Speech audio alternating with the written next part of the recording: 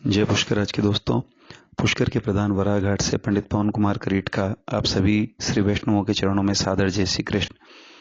मित्रों, जैसा कि आप सभी को ज्ञात है कि प्रत्येक मास की पाक्षिक जो एकादशी तिथि आती है, उस दिन पंडित जी आप सभी भक्तों के लिए एकादशी का महात्म्य लेके प्रस्तुत होते हैं। मित्रों, यदि अब तक आपने हमारे चैनल को सब्सक्राइब नहीं किया है तो कृपया हमारे चैनल को सब्सक्राइब करें एवं हमारी जो भी एकादशी की कथाएं प्रसारित की जाती है उनका आप यथासंभव जितना भी हो सके सनातन धर्म प्रेमियों से प्रचार प्रसार सोशल मीडिया के माध्यम से शेयर करना ना भूलें, जिससे कि हमें मोटिवेशन प्राप्त हो। और ये जो सनातन धर्म का सबसे बड़ा व्रत है एकादशी, उसका जितना हो सके प्रचार प्रसार करने में आप और हम सभी सहयोगी बने। तो आइए, फाल्गुन मास की जो एकादशी है वह विजया नाम से प्रख्यात है। इसका व्रत करने से मनुष्य को अपने शत्रुओं पर विजय प्राप्त होती है। तो आइए आप और हम सभी श्रवण करते हैं फाल्गुन मास के कृष्ण पक्ष में आने वाली विजया एकादशी का महात्मा। बोलिए श्री ब्रह्म पुष्कर राज महाराज की जय, श्री कृष्णचंद्र भगवान की जय। श्री युधिष्ठिर जी ने पूछा, हे वासुदेव, फाल्गुन कृष्ण पक्ष में किस नाम की एकादशी होती है, कृपा करके बताइए। भगवान श्री कृष्ण बोले, हे युधिष्ठिर, एक बार नारद जी ने कमल के आसन पर विराजमान होने वाले ब्रह्मा जी से प्रश्न किया, हे सुरश्रेष्ठ, फाल्गुन के कृष्ण पक्ष में जो विजया नाम की एकादशी होती है, कृपया करके उसका पुण्य वर्णन कीजिए। ब्रह्मा जी ने कहा, हे नारद, सुनो, मैं एक उत्तम कथा सुनाता हूँ जो पापों का अपहरण करने वाली है। यह व्रत बहुत ही प्राचीन, पवित्र और परम पाप नाशक है। यह विजया नाम की एकादशी राजाओं को विजय प्रदान करती है, इसमें तनिक भी संदेह नहीं है। पूर्व काल की बात है, भगवान श्री रामचंद्र जी 14 वर्षों के लिए वन में गए और वहां पंचवटी में सीता तथा लक्ष्मण के साथ रहने लगे। वहां रहते समय रावण ने चपलतावश विजयात्मा श्री राम की तपस्विनी पत्नी सीता को हर लिया। उस दुख से श्री राम अत्यंत व्याकुल हो उठे। उस समय सीता की खोज करते हुए वन में भ्रमण करने लगे। कुछ दूर जाने पर उन्हें जटायु मिले, जिनकी आयु समाप्त हो चुकी थी। इसके बाद उन्होंने वन के भीतर कबंध नामक राक्षस का वध किया। फिर सुग्रीव के साथ उनकी मित्रता हुई। तत्पश्चात श्री राम के लिए वानरों की सेना एकत्रित हुई।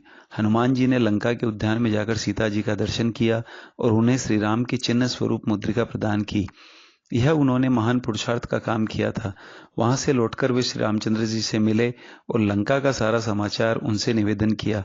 हनुमान जी की बात सुनकर श्री राम जी ने सुग्रीव की अनुमति लेकर लंका को प्रस्थान करने का विचार किया और समुद्र के किनारे पहुंचकर उन्होंने श्री लक्ष्मण जी से कहा, हे सुमित्रा नंदन, किस पुण्य से इस समुद्र को पार किया जा सकता है? यह अत्यंत अगाध और भयंकर जल जंतुओं से भरा हुआ है। मुझे ऐसा कोई उपाय दिखाई नहीं देता जिससे, हे अनुज, इस समुद्र को सुगमता से पार किया जा सके।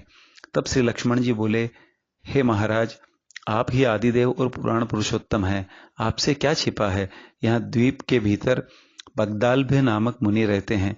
यहाँ से आधे योजन की दूरी पर उन महर्षि का आश्रम है। हे रघुनंदन, उन प्राचीन मुनीश्वर के पास जाकर उन्हीं से इसका उपाय पूछिए। लक्ष्मण जी की यह अत्यंत सुंदर बात सुनकर श्री राम जी ने महामुनि बगदालभ्य से मिलने के लिए गए। वहां पहुंचकर उन्होंने मस्तक झुकाकर मुनि को सादर प्रणाम किया। मुनि उनको देखते ही पहचान गए कि यह परम पुरुष पुराण पुरुषोत्तम भगवान श्री राम है, जो किसी कारणवश मानव शरीर से अवतीर्ण हुए हैं। उनके आने से महर्षि को बड़ी प्रसन्नता हुई। उन्होंने पूछा, हे राम, आपका कैसे यहाँ आगमन हुआ है?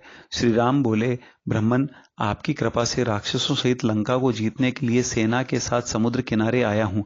हे मुने, अब जिस प्रकार समुद्र पार किया जा सके वह उपाय बताइए, मुझ पर कृपा करिए।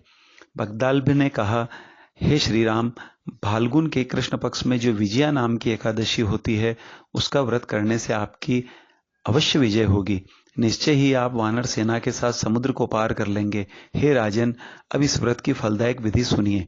दशमी का दिन आने पर एक कलश स्थापित करें।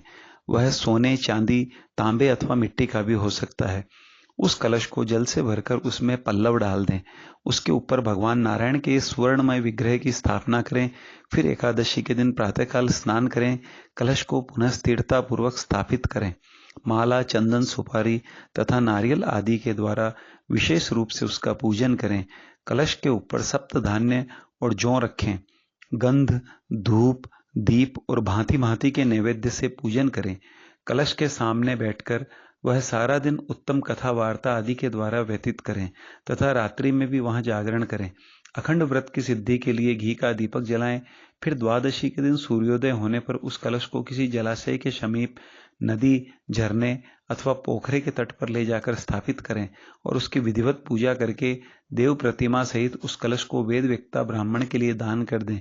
महाराज, कलश के साथ ही और भी बड़े बड़े दान देने चाहिए। श्री राम, आप अपने युद्धपतियों के साथ इस विधि से प्रयत्न पूर्वक विजया एकादशी का व्रत कीजिए, इससे आपकी अवश्य विजय होगी। ब्रह्मा जी महाराज कहते हैं, हे नारद, यह सुनकर श्री रामचंद्र जी ने मुनि के कथनानुसार उस समय विजया एकादशी का व्रत किया था। उस व्रत के करने से श्री रामचंद्र जी विजयी हुए।